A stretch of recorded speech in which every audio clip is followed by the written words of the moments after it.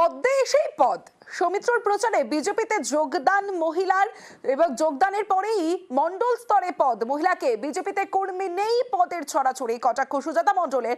আর BJP মহিলাদের পাশে থাকে পাল্টা দাবি সৌমিত্র খান। উনি বিজেপিরই ছিলেন নেত্রী বা যাই হোক বিজেপিরই কর্মী। বিজেপি থেকে লোকজন প্রতিদিন তৃণমূল কংগ্রেসে জয়েন করে যাচ্ছে এবং জয়েন করার জন্য লাইন দিচ্ছে। হতাশাগ্রস্ত হয়ে দিশাহীন হয়ে বিষ্ণুপুরের বিজেপি প্রার্থী দেখছেন কোথাও লোক পাচ্ছি না, চলো জোরজার করে নিজের দলের কর্মীকে জয়েন করিয়ে দাও। জয়েন করিয়ে রাতারাতি আবার পদ দিয়ে দিলেন জিএস। মানে সত্যি বিজেপির লোক নেই কিন্তু পদের ছড়াছড়ি, এটাই হাস্যকর লাগে।